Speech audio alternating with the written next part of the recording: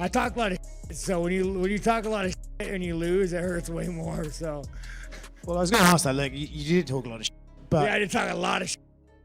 And you apologized for it too afterwards, which was very big of you. But you talked a lot. Does that apply pressure to you when you're thinking, when you're warming up in the back? Do you start thinking like, man, like I really painted myself in a corner here? Not just because you spoke some shit, but the level of shit you spoke. I don't give a man. You know, it's like I sell fights. I mean, look at the UFC, how boring it is. Like really, like the UFC is so boring. Like I didn't even know half the like other than Alex, and Alex doesn't even talk. He's just big and scary. You know, I mean, that guy just knocks everybody out. But like other than Alex, like. Just one quick. I know you guys squashed the beef, but did you expect Khamzat to actually wrap the belt around you? You know, man, there is something, and like you guys can't, unless you've experienced it, you just don't know what it's like. When you go and fight another man and like, bro, your soul is just exposed. When you're fucking bleeding and he's bleeding and like, I want to quit, he wants to quit, we don't want to be there. Like, you just have this level of respect for one another that it like transcends race, religion, like nationality, country. It's just, it's something that you just don't know. After, like, you kind of become someone's brother after you and him try to die. Win or lose, you know? And so I guess that was after the fight, but even the broadcast was pretty shocked that you guys, like, touched gloves during the instructions. So why do that? You know, like Chimaev said, I made him the most money he's ever made on a fight. You're welcome, Chimaev. Oh, man. You know, all fights, I love fighting, you know, but, like, yeah, it was good. It was good. I had a good time. It was fun. I talk a lot of shit, so when you talk a lot of shit and you lose, it hurts way more. So. Well, I was going to ask that. Look, you did talk a lot of shit, but yeah, I did talk a lot of shit. Yeah, and you apologized for it too afterwards, which was very big of you. But you talked a lot. Does that apply pressure to you when you're thinking, when you're warming up in the back? Do you start thinking like, man, like I really painted myself in a corner here? Not just because you spoke some shit, but the level of shit you spoke. I don't give a fuck, man. You know, it's like I sell fights. I mean, look at the UFC, how fucking boring it is. Like, really, like, the UFC is so fucking boring. Like, I didn't even know half the, like, other than Alex, and Alex doesn't even talk. He's just big and scary. You know, I mean, that guy just knocks everybody out. But, like, other than Alex, like, it's just fucking boring, dude. This is my reaction to Khamzat Chimaev versus Sean Strickland, which just took place in the main event of UFC 328, where Sean Strickland won the fight by decision. He did it! He did it! He defeated Khamzat Chimaev when everybody counted him out. Don't get me wrong, I'm sure there were a couple of you geniuses out there that were picking Sean Strickland to win the whole time, but in true Strickland fashion, the jabs and the teeps led him to victory over 5 rounds. This was absolute cinema to witness. We're in the best timeline! I could have been sitting here with you guys right now after Khamzat Chimaev laid on Sean Strickland in the grappling for 5 rounds, doing no damage. And I'd have to sit here and call Khamzat Chimaev, I guess he's going to go on and become a GOAT. Now I'm not sure, dude. Sean Strickland put him away by split decision in true Strickland fashion. In 5, they went to war. Not like Joshua Van and Tyra went to war, but they went back and forth. And I did not expect that out of Chimaev. I knew he had decent striking. I thought Sean would be able to mitigate it, and he did with the shoulder roll. He caught some of those punches and rolled with them. But ultimately, that 5th round, a very close 5th round, I saw going to Sean Strickland based on the volume of punches he was landing, based on the accuracy in which he was landing. Should this have been 3-2 Khamzat, I would have been like, you know what? That kind of makes sense. Not even kind of. It makes sense. To give him the 5th, I would have had no problem with. You give Sean the 5th, I don't have any problem. I gave Sean the 5th, but like I said, it could have gone either way. So I scored the main event. I had a 2-2 going into the last round. I thought Strickland won the last round. Okay.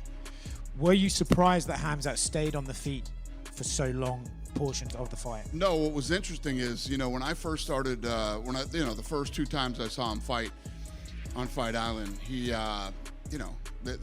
used to talk about his stand-up in his team all the time.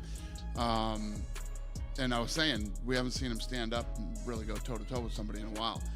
But I think, I think he had a rough weight cut and I know you felt out very strongly that he missed weight for the fight. Dana White said anyone who believes that, is an idiot when he was just in here. But Okay, do you guys, show of hands, who thinks he missed weight? That fucking scalp, ding, ding, ding, ding, ding, ding, ding, ding, ding, ding, ding.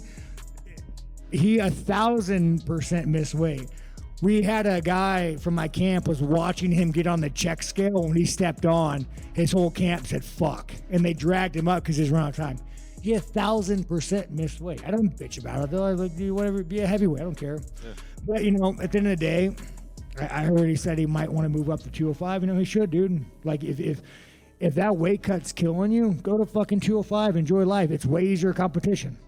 There was an issue yesterday. Like a lot of people online were talking about the Khamzat's weigh-in in particular. Like they were a bit concerned that perhaps he didn't quite get the 185 on the button. Could you explain to us, like, first off, have you seen that? The New Jersey State Athletic Commission oversees the weigh-ins, right? And Jeremy Stevens missed by 4 pounds, right? And they had to, cut a deal. But for Khamzat, they just gonna not let him make weight. Jersey and New York are two of the toughest commissions in the country. The internet's stupid. I mean, I don't know what to tell you other than that. So round 4, I gave to Khamzat. 1, 4 for Khamzat, 2, 3 for Sean, and then in round 5, a very close round. Khamzat walking him down as always, like he did the entire fight apart from the wrestling. There was a couple of takedown attempts. There was a takedown. Sean defended it, got back up really quick, and we were like, oh shit, he's going to turn it around. He's going to walk him down. He's going to try and get the finish. But of course, it's the 5th round. You're absolutely exhausted. Both guys deserve a round of applause. Khamzat Chimaev, he dug deep. That really impressed me. It did, because I thought he was going to quit in the 2nd round. When I say quit, I don't mean just give up. I just meant internally, slowly allow Sean to take over the fight, because, it looked like that's exactly what was happening, but I was wrong. And he dug deep and he made it to a decision. Of course, Sean landed more shots than Khamzat did. It was something like 133 for Sean and like 96 for Khamzat. But of course, there's difference in punches. Sean Strickland is now a 2-time giant killer. He's beaten 2 fighters who looked absolutely invincible at the time they fought, Israel Adesanya and Khamzat Chimaev. Both times he was a massive underdog. Both times people said he had no chance. And both times he found a way to neutralize what made his opponent dangerous. Against Adesanya, he took away the distance striking and made it a phone booth fight. Against Chimaev, he made the wrestling so exhausting that Khamzat had to abandon it and strike instead. That's high-level fight IQ combined with the cardio and toughness to execute the game plan for 25 minutes. But here's the complicated part. Chimaev is almost certainly done at middleweight. That weight cut is killing him. He missed weight for this fight. Yes, watch the scale footage. It was flipping up and down like a dolphin's tail. And after gassing in the 2nd round against a fighter who made him work, there's no way he keeps cutting 46 pounds to make 185. So where does he go? Light heavyweight is the obvious answer, but it's not an easy move. He's been ragdolling guys at welterweight and middleweight because he's so much bigger than them. At 205, he's fighting guys his actual size. Jan Blachowicz, Aleksandar Rakic, Magomed Ankalaev. These aren't easy fights. The smart money says give him Paulo Costa at light heavyweight. That's a massive fight. It sells tickets, and it's not a gimme for Chimaev at all. For Strickland, the path is clearer, but still complicated. Nasruddin Imavov is supposedly next. He was the backup fighter for UFC 328. Strickland already beat him, so a rematch isn't exactly thrilling. But Dricus du Plessis is also sitting there with the belt, and he beat Strickland. Maybe the smart play is having du Plessis and Imavov fight while Strickland takes some time off. Winner gets the shot. That keeps the division moving and gives Sean a break after 2 massive underdog victories. What made UFC 328 special wasn't just the upsets. It was watching 2 championship-level fighters make real-time adjustments when their primary weapons got taken away. Chimaev had to become a striker. Strickland had to survive elite grappling. Both succeeded to varying degrees, and we got a fight that could have gone either way in that 5th round. The people screaming robbery don't understand how close fights work. When a round is that competitive, when both fighters have legitimate arguments for winning it, the judges have to make a choice. 2 judges gave it to Strickland. 1 gave it to Chimaev. That's not a robbery. That's a close fight with a decision that could have gone either way. And honestly, that's what makes this sport beautiful. We got 25 minutes of high-level mixed martial arts between two elite fighters who pushed each other to their absolute limits. Chimaev showed striking skills nobody knew he had. Strickland showed grappling defense that held up against one of the best wrestlers in the sport.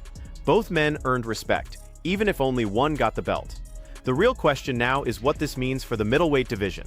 If Chimaev leaves for 205, you lose one of the scariest contenders in the weight class. If Strickland keeps winning as the underdog but struggles as the favorite, how do you build him as a long-term champion? And if Duplessis is still sitting there with a win over Strickland, doesn't he deserve the rematch? These are good problems to have. It means the division is deep, competitive, and full of compelling matchups. It means we're going to get more nights like UFC 328, where the favorites don't always win, and the underdogs prove they belong at the highest level. So was it a robbery? No. Was it controversial? Sure, in the sense that any close fight generates debate. But that's not a bug, it's a feature. We want fights where the outcome isn't predetermined. We want champions who can be tested and pushed to their limits. We want moments where the underdog shocks the world and makes us remember why we love this sport. Sean Strickland gave us that moment. Again, and whether you think he won that 5th round or not, you have to respect what he accomplished. 2 massive upsets against 2 seemingly unbeatable opponents. That's not luck. That's skill, preparation, and the mental toughness to execute when everyone's counting you out. America has another champion, and he earned it the hard way.